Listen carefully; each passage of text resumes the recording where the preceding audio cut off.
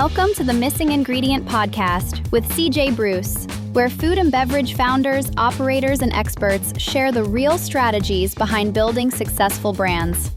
Let's jump into today's show. Hey, I'm CJ Bruce, and welcome to the show. This is the podcast for founders and leaders of high-impact food and beverage brands who are serious about scaling. Each episode, I sit down with the people who power the food and beverage industry, brand operators, agencies, vendors, creators, and retailers, to uncomplicate the strategies that take brands from early traction to serious scale. This episode is sponsored by The Missing Ingredient, a food and beverage marketing agency with over a decade in the industry. We take a different approach, starting with your business goals, looking at the full picture, and building a marketing strategy that actually ties back to growth. From content and performance marketing to influencer partnerships and AI-powered workflows, we're an extension of your team, not just another vendor. Learn more at themissingingredient.com. Now, before introducing today's guest, I want to give a shout out to Nosh Live, which is how Sonya and I originally met. You can check them out at noshlive.com. They host great two-day summits for the natural food industry. Now, for today's guest, Sonya Patel. Sonya Patel's path into food has been anything but linear, spanning management consulting, elementary education, nonprofit leadership, and ultimately becoming an accidental food manufacturer.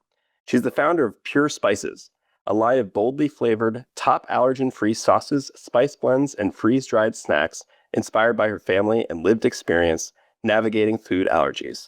What started as an unexpected turn has grown into a full-time mission focused on scaling thoughtfully and bringing more flavor and trust to pantries everywhere. Welcome to the show. Thank you. Thank you for having me, CJ. I'm excited. Yeah, I'm excited to have you here as well.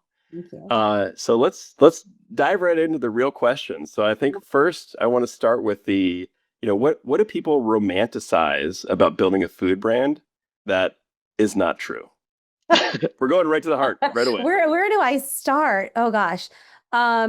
So I honestly don't think people realize how difficult it is. And okay, so there's a couple different paths you can take in CPG, right? So you can do what we did where we're manufacturing and the sales, right?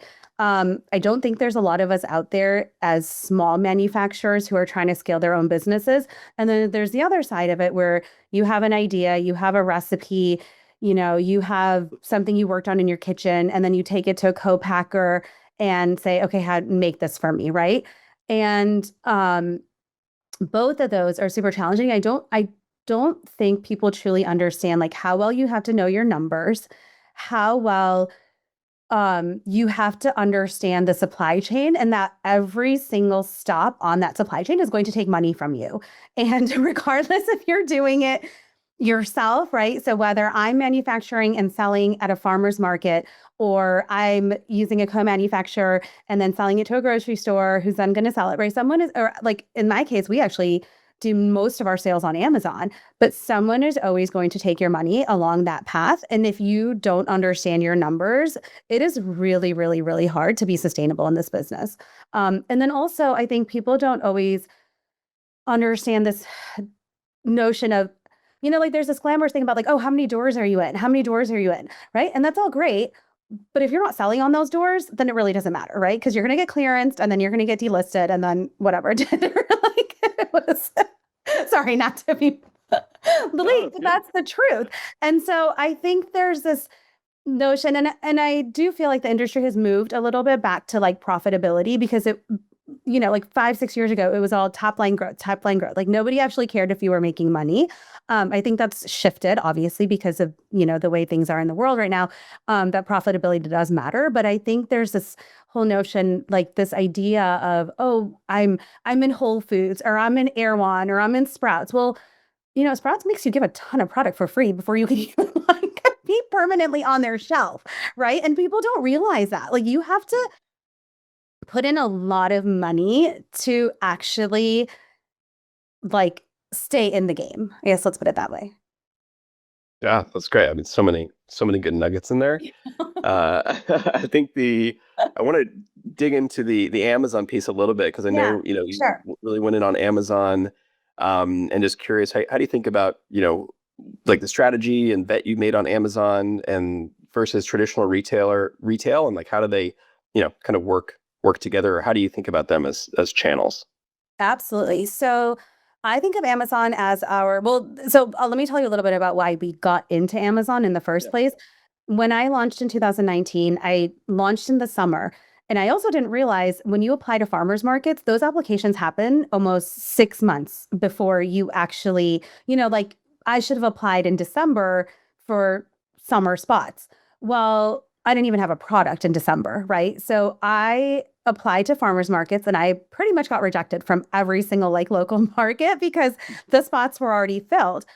And the second part I realized is it's really hard to drive traffic to your own website if you're just starting out. Like, people pay thousands and thousands and thousands of dollars for SEO. And, at that time it would have been Facebook and Instagram ads and whatever it is. And to me, it was like, that didn't make sense. I had this product, we had done our first batches of production, and I had nowhere to sell it. I also had a network across the country because I lived in New York, I lived in Boston, I lived in California. And my friends were like, Sonia, just put it on Amazon. Like, that's where we shop.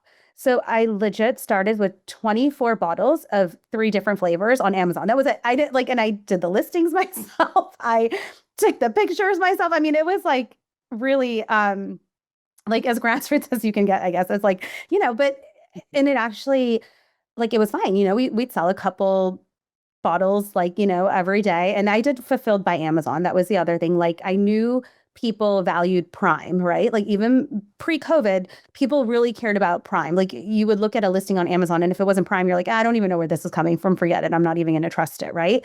And so, I kind of manipulated my numbers to make sure that I was making money while being on Prime, right? So you jack up the price. That's what, everyone also understands that you're going to pay more if you buy it on Amazon, pretty much. If it's like a brand you can get in the grocery store. And in 2020, COVID happened and Amazon blew up. I mean, it just grew exponentially. And unfortunately, or fortunately, I grew with that wave. And so by the time 2021, 2022 hit, like, we were so embedded in Amazon that it didn't make sense to pull back. The other thing that happened is I realized how difficult it is to get into a grocery store. I thought, hey, I have a great story. I'm a female founder. I'm, like, a first generation immigrant, like, food allergy safe. Yay. Who wouldn't want us? Like, it doesn't work that way. You could have the best story in the world, but if you can't convince that buyer why your stuff is going to sell off of their shelf, nobody cares. And so I was lucky that we had gotten into a smaller retail chain in Cleveland called Heinen's. So they're in Cleveland and Chicago, but it was purely based on connections. I went through an incubator program to start Pure Spices. So I got that lead. But after that, I mean, it was like cold email, cold email, cold email. And then, it's like, you really can't control where your distribution is too, right? So if you sign on with a distributor, sure, they buy it from you, but you have no idea like how they're placing it on the shelf. Is it going to be in stock? Like, what are they setting their pricing at? I mean, we're still struggling with that, where we gave our MSRP to a distributor. The distributor has it on the shelf. We have 5 flavors of sauces, and 2 out of the 5 are a different price randomly. And it was like, why did that? And you don't have control, right? I am sort of type A and I can control Amazon. I can say yes, no, I can switch it on and off. I can decide what I want the pricing to be. I can decide what I want, for the most part, what the experience I want to be, right? Like, we pre-package all of our bottles to send to Amazon so that they just have to pick it and send it. So I have my packaging inside, I have my like recipes inside, all of it. So there's a lot more control than people actually understand with Amazon. And then the other thing is, again, like I said this in the beginning, someone's always going to take your money. So whether you're selling it to the distributor who then sells it to the whole like retailer, or Amazon takes my money, someone is taking my money, and you get national distribution immediately, right? Like, we can sell to everywhere in the country through Amazon, and it's people are already on Amazon to buy, versus me trying to get them to my Shopify through Instagram or whatever it is. Like, that's, people are on Amazon looking to purchase things. Yeah, no, that's great. I love the detail on that too, and just thinking about So there's costs everywhere. You got to kind of pick a lane, and they've already got the distribution and people that are ready to go. So I think that's that's super. Yeah. And don't get me wrong, I mean, you have to put marketing money towards it too, right? So we do ad spend on it. So again, it's like, do I want to do promotions in a store? Do I want to do ad spend on Meta? Do I want to do ad spend on Amazon? You still always have to do all of the things to make your business successful. You just have to decide what lanes, like where are your shoppers and what lanes you want to play in. Yeah. And I think I guess picking up on that, like you think about, I'd imagine the need to focus, right? Like it's like you don't have a huge team. And so where do you focus and how much can you do with the team that you have? And how much did that play into that decision? Oh, 100%, 100%. So for about 5 years, I ran the Amazon by myself. And then I realized that things were changing faster than I was able to keep up with. And, like literally those are people's full-time jobs. So I found an agency. And then now they handle all of our Amazon with parameters. I mean, we still do all of our own fulfillment. So in the sense, we get all of our product ready. We send it to the we send it to the distribution center and the fulfillment center, but they manage all of our ad spend and optimization and all that, just because I knew what my limit was and I knew that I couldn't take it any further than what I had. The flip side of that also is when we fulfill our own orders, we don't have a 3PL. So when we fulfill our own orders on Shopify, it's pain. Like it's really a pain. Because there's so much more efficiency when you're just bottling one bottle and it's like, process like factory style, right? Or like assembly work. But then when it's like you get random orders and this and that and the other, like it just takes so much more time. So I truly prefer someone, if you're going to buy one bottle, buy it on Amazon. Don't bother buying it on our website, right? Buy it on Amazon, see if you like it. And then if you want to come back and buy bundles or more, whatever, yeah, sure, come to our website and we can give you a whole, pantry full of things that you might want. So you just, like the efficiencies that we've gained from just sending everything all at once to Amazon has been amazing compared to people coming to our website. Yeah, interesting. Awesome. Yeah. Appreciate you digging in there. I wanted to go into, so you mentioned the pandemic a few times. I know you talked about the glass bottle shortage in 2022. And so I'm curious just to dig into like a challenge question and hear again from you as the front lines. Like, you tell us a little bit about that story and how did that change the way you think about the business moving forward? Absolutely. So like I said, decided to be the manufacturer as well as the salesperson and everything else. And again, I don't come from a food background. I had no sense of what I was doing. And so when we launched with our sauces, we were like, okay, we're going to use these bottles. I was able to actually pick them up from like the distributor because they happened to have a warehouse in Cleveland. So like, that's how I started. I started just by picking them up in my car, and we grew to the point where, we were getting like a pallet now. And I was like, wow, this is really cool. Like we have a pallet. And then COVID hit and like, I'm not 100% sure what happened to glass, but like literally everything like just, became not available. And I was like, crap, like all of our pictures resemble this bottle. So we can't even just switch the bottle size, right? You can't switch the bottle size. You can't switch the shape or the cap or any of it, or even the color for that matter. So we were stuck. And so I actually decided, hey, let's, expand our product line instead, since we were sitting idle and I can't make the sauces, let's make dried spices instead. So we legit, like that's how an entire product line came about, was because we couldn't find the bottles that we needed. And so it's like, okay, what else can we do? And so, dried spices has always been a thing in our, like being Indian, like, my mom had a huge like spice container and still does. And then there's like a bajillion other bottles that, go along in the pantry. And a lot of those, back to the allergy part, like I can't use a lot of stuff off the shelf because like the manufacturing trust, a lot of fillers get added that happen to be wheat, and my kiddos are allergic to wheat. And so like there was a lot of things that I was already blending at home anyway. So I was like, well, let me see what I can do with this. But we did it in a way that we put our own twist on it, right? So it wasn't just like your typical spice blend that you'd find in an Indian store. We did our own twist because I feel like growing up, I didn't grow up eating Indian food every day. And like, I mean, and if I fed my kids Indian food every day, they would literally revolt. Like that wouldn't, like I grew up here and we're a global society. And so I grew up eating a lot of different flavors, and that's kind of how, our house is still. And so I put my own twist on everything we do actually. Nice. I love that. That's a good transition to the next question I was going to ask you about the freshness aspect, and like, you're blending these spices, right? And like, how do you, as you're scaling the business, like, how do you protect the freshness without, hurting margins or making things complicated? Like, is that because you've got the manufacturing side, you're able to do that, or how, can you talk a little bit about that? Sure.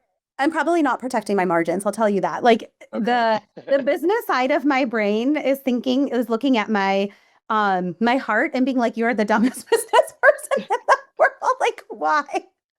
But my heart is with my integrity, and there's certain things I can't compromise on, right? And so like it's just one of those things that I have to be okay with if the margin is a little bit less, because I want to, like, we're still, we still use fresh garlic from Spain. We don't buy Chinese garlic. We still use like freshly squeezed lemon juice, and the price has gone up day over day over day, literally as I'm purchasing it.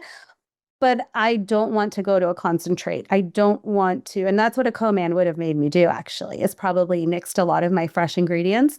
And so I think when you're trying to decide who and what you want to be as a business, which I think is really important for a business person, like that authenticity piece, you have to have your non-negotiables. And some of those things were just non-negotiables. So like there are days when we get a big order of, spices. And if I'm out, I scramble and I make it that night, or I go in the next morning and make that.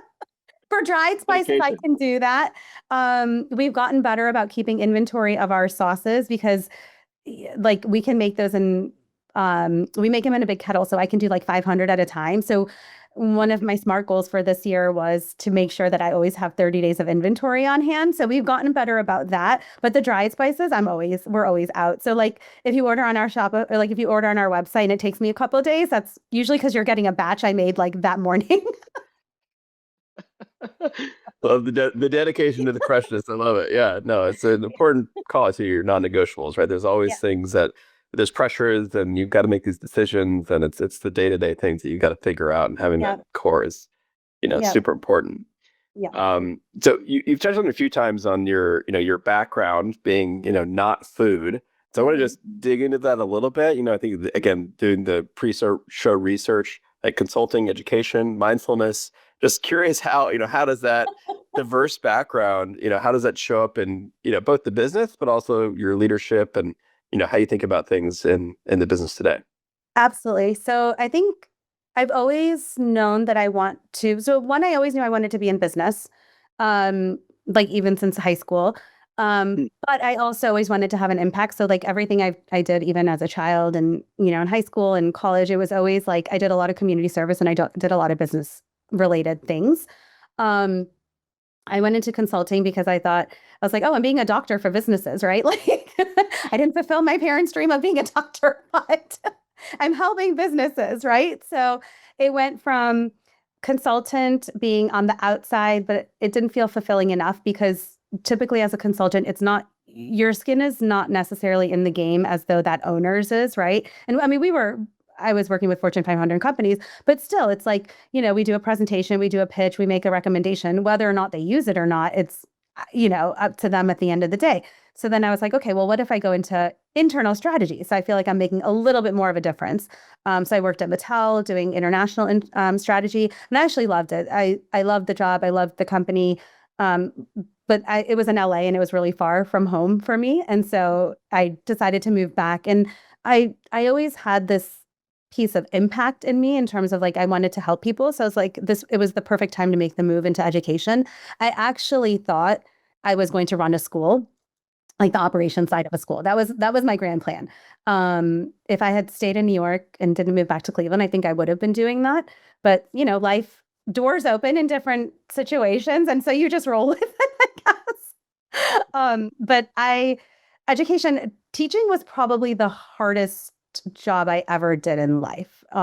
Even worse than a management consultant. And Mattel was great, but like teaching, I don't think people understand the emotional piece of being a teacher as well. Like you really get vested to your students. I taught at a pretty like a very low income in a very low income neighborhood. And I taught in Bed-Stuy before it became gentrified. And so, and it was, at a high performing chartered school. So a lot of times my kiddos would come and, you know, I was tasked with teaching them math and reading, but they were so worried about life and am I going to have food? Is my home like it was like such a conflicting mindset that I was, that I felt like we were a part of.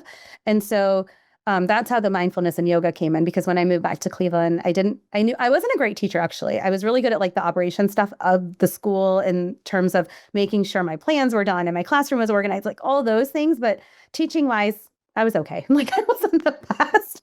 You have to also be real, right? Like, you know what you're good at and what you're not. So when I came back to Cleveland, I had a grand plan to start this nonprofit. And, because again, I wanted to always give back. I wanted to have my own business. So I started a company called ZenWorks Yoga, which does yoga and mindfulness in inner city and like underserved schools. And so I ran that for 10 years. And it was great. I loved it. I'm still on the board, very passionate about the mission, but I wasn't the one doing the work, right? I was running the business on the outside, collecting donations. I wasn't in the classroom. I feel like I need something that's tangible that I have my hand in.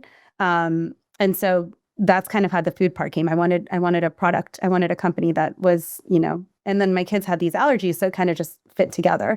So everything I've done, I feel like has been very purpose driven though. Like, I've been lucky enough that I can make those choices also, to decide like which path I want to take. I know not everyone has that option, but I've been fortunate enough to be able to make those decisions. Yeah, well, that's great. Yeah, I'm curious within, so now, so the lead up to starting the food business, and then have you, since you've started and like we talked about some of the trials and tribulations, have there been anything, any like learnings or experiences from your past life, so to say, that have come up and like you've been like, oh yeah, this something that came up from teaching or from management consulting or any of that's affects how you think about the business today? Yeah, I mean, I think so. I have a degree in finance and accounting. That was my undergrad, and so like that obviously helped from like a business perspective in terms of numbers and things like that.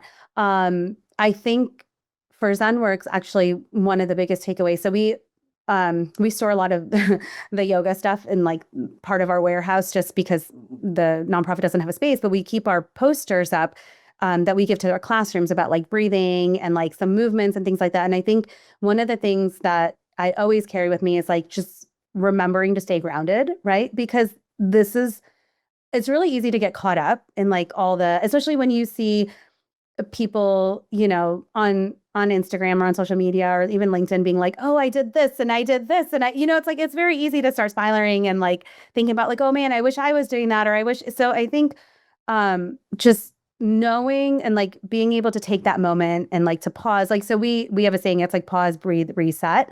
And so being able to do that in my daily life, because food manufacturing, running a business, being an entrepreneur, when it's a 24/7 job, two, there's always a fire somewhere, right? Like, but also knowing like, okay, maybe that fire is not as important. We can kind of like, it doesn't have to become escalated.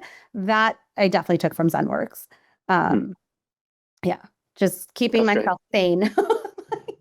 Keeping stuff sane. Yeah, I mean, Yeah. taking that little moment, before acting, Yeah. can make a huge difference. That's great. Absolutely. Uh, Absolutely.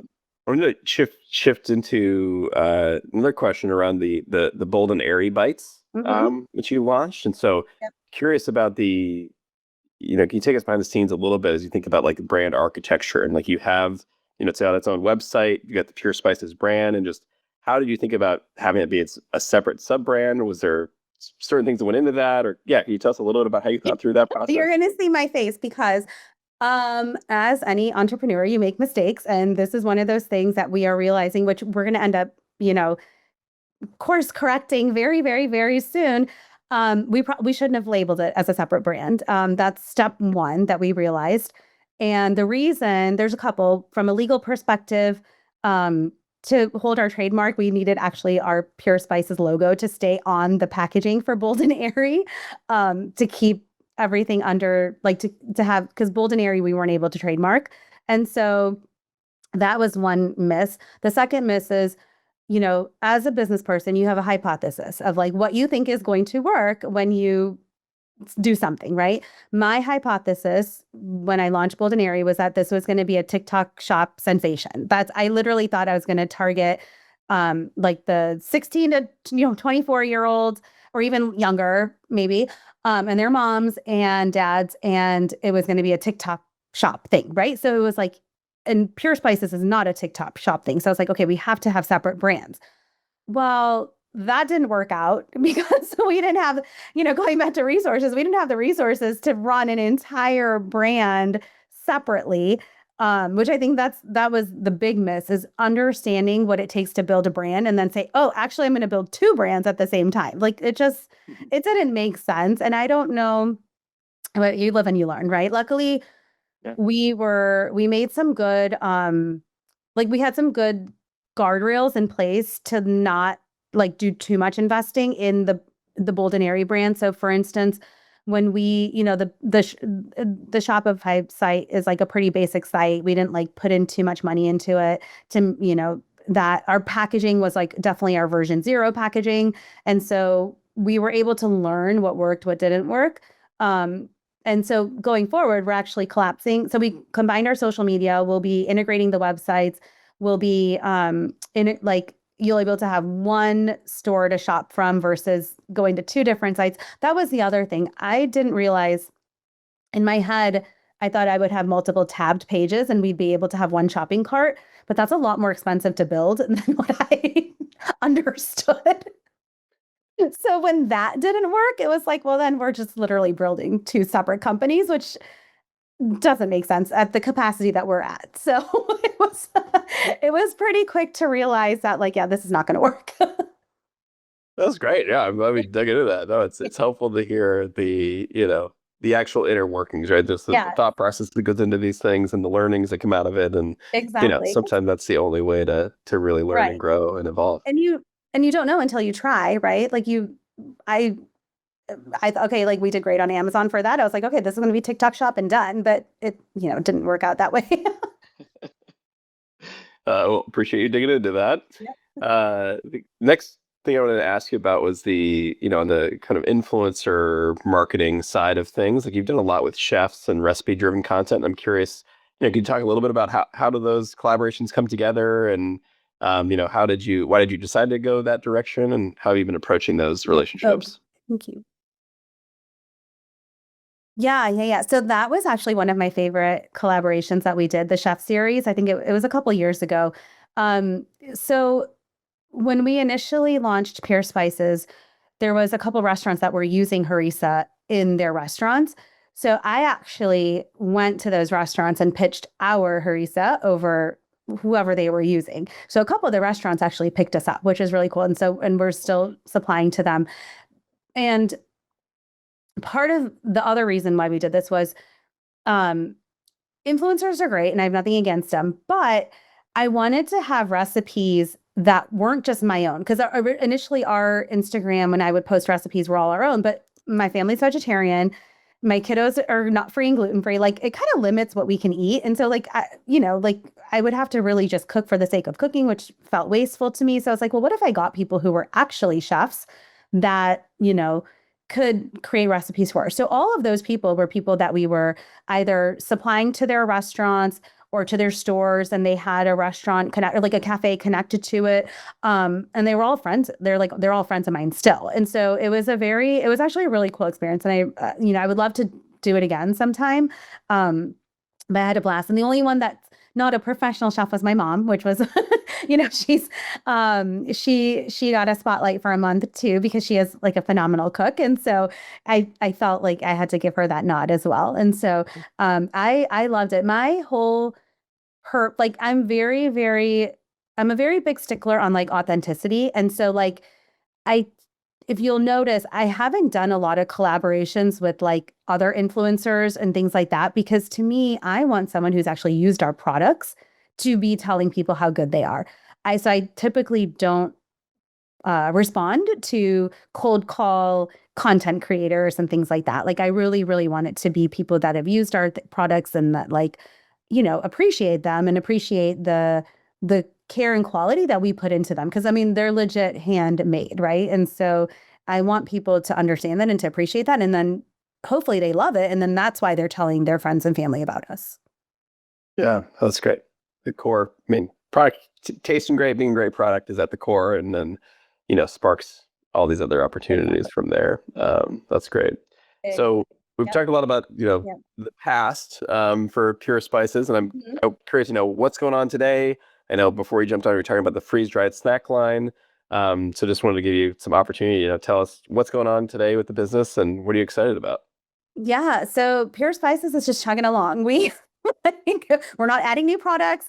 We're not changing our packaging. That is like we're good to go because we just changed our label like 2 years ago, did all of that stuff, and so we're good to go now. So it's gonna, I'm gonna try not to be ADHD and like be like, oh, I want to do this and this and this, but no, we're good. So it's stable. Still pushing along on Amazon. Um, Retail, we're focusing on smaller retail, but we're not necessarily looking at any big box or bigger chains or anything like that, just because the distribution numbers just don't make sense, given our price point and like what they would want to charge and et cetera, et cetera. So we're kind of keeping things stable. I'm really, really excited though about Bold and Airy Bites. So our new packaging arrived just a couple days ago, so we're starting production with the new packaging. When we initially launched, the pack size was a little bigger than a single serve, I think, but it wasn't quite like a multi-serve. So that was a little bit of a miss. And then we didn't do flavor specific pouches because we weren't sure which flavors would sell. So we were like manually putting a sticker for the flavor and a barcode on the back, all of it, right? But now we nailed down our three prime flavors. So we have a pina colada, a banana pudding, and then a chai apple pie. So these are all very like nostalgic slash sweet treats, right? But like no sugar added, just the fruit and the spice. So it's this idea of a quick snack, a quick treat, a quick break. In the midst of your day, throw it in your bag. And so they're a proper single serve now. They're color coded for retail, and they're just beautiful. And we've reduced the pricing, which was big. So that way it feels like a single serve snack versus this in between space of like, why am I spending so much for something that's not quite, with a zip and I can share it with my family. So I'm really, really excited about that. I have a couple opportunities in hotels. And so I think alternative placement, convenience, impulse, that's what I'm going after. Not necessarily traditional grocery. Unless Well, obviously if the opportunity presents itself, that's different. But I'm looking really more like alternative routes. yeah, that's interesting. I Yeah. like that. Awesome. Well, excited to see all that roll out. I think I wanted to take us a little wider and see, are there other food brands out there, like other people doing great work in food and beverage that you feel deserve more attention? Anybody you want to, give a shout out Yeah. to? Yes, yes, yes, absolutely. So I am fortunate enough in Cleveland to be a part of this community called Wonder Women of Food Cleveland. And so it's a nonprofit that we started about, I think it's been like 3 years now, 2.5, 3 years. And it was just a group of us female food founders, like CPG food founders that were, we started with a lunch and a couple meetings, and now it's grown to over 100 women who all have food products, which is pretty cool. Different stages. So we have people who have national distribution. We have people like me who go the alternative routes. We have people who are literally just recipe testing.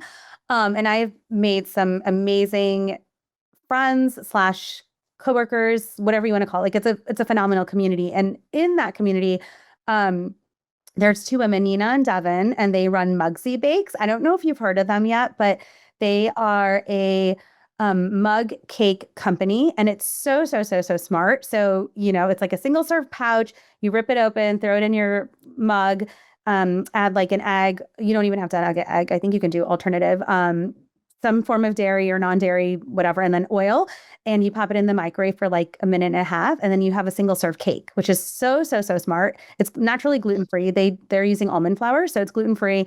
And they have a couple flavors, and they're delicious. And so I've watched them. They started after I did. I've watched them grow from like self-manufacturing out of the same kitchen we were all at to now they have a co-man and they're growing, and it's really, really exciting. But and their product is delicious. And I think we all have the same vibe, which is really nice.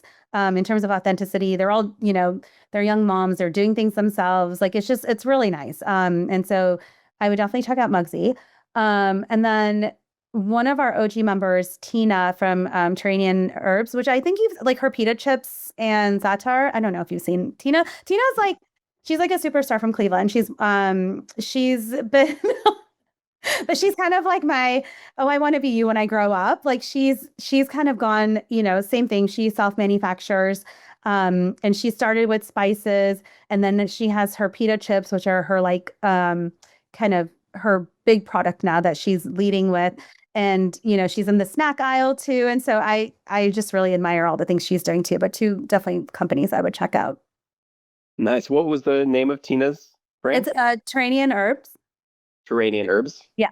Yeah. Cool. It's a Lebanese company. But she's awesome. Awesome. Great. Appreciate. Yeah, everybody go check them out. And then we touched on this a little bit before we started recording, but the AI question. Oh yeah. So I'm curious. We've been doing a ton with AI, and there's a lot of different. I mean, AI is a very broad topic as well, but I'm curious just how the rise of AI impacted your business and the work that you do.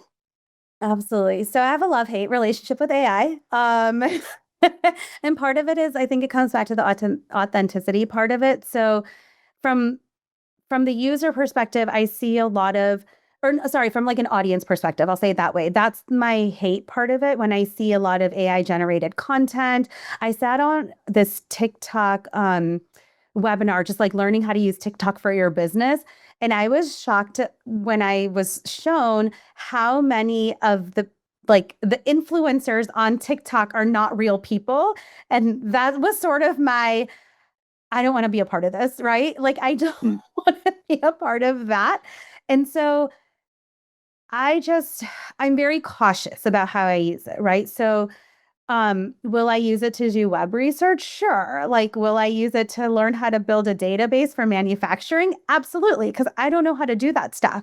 But in terms of putting out content, I'll use it as a starter, but I'm not using like super robust AI tools, I guess I would say. I'm still a little wary about where everything goes and how it all, shows up, I guess. Yeah, no, it's great. I mean, I think it's something common thread we've seen where there's this, there's just multiple things getting pulled in different directions where like you're having, more efficiency and speed and all of that's happening at the same time. There's, a bit of a backlash, and well, the authenticity still matters, and you still want that, and you still want the human connection, and and especially in food, right? It's like eating is very human, sharing food is very human, and there's cultural connections and all these other pieces. And anyway, it's an interesting space to navigate for sure. It is. And I mean, don't get me wrong. I mean, I think there's a lot of efficiencies that'll come out, right? And there's a lot of processes that can be automated and built and things like that. But it's just you just have to be wary of what you're seeing and what you're getting, I think. I worry about my kids and them not knowing like what's real and what's not real. And so I'm very conscious of what I put out there because I don't want to be a part of the problem per se. Yeah. Yeah. I mean, the AI kids side is a whole other podcast conversation. But yeah, I'm with you there. I'm like, well, I don't know what is this going to be like for them. What's the world going to look like for them? Yes. Yeah, I feel that for sure. All right, Sonya, I got one last question, but before I ask that, I do want to point people to your website. So Pure Spices, and that's PUR spices.com. Mm-hmm. Is there anywhere else? Obviously, we talked about Amazon where you can find the product. Anywhere else you recommend people learn more about you and the work you're doing? Yeah, and if you're in the Cleveland area, you can check us out at Heinen's or Market District, like in throughout Ohio for Market District as well. So yeah. Awesome. Great. Okay, so the last question is trying to bring us full circle to the the depth of the founder life that we started with. And so I'm curious, from your perspective, if one founder listen to this and, walks away feeling less alone in the struggle, more confident in the experience, what do you hope that they remember most, or what would you want to kind of message you want to leave them with before we wrap? Yeah, sure. So I think it's important to understand that you can always have a plan and you should work towards that plan, but always realize that things might not work out that way.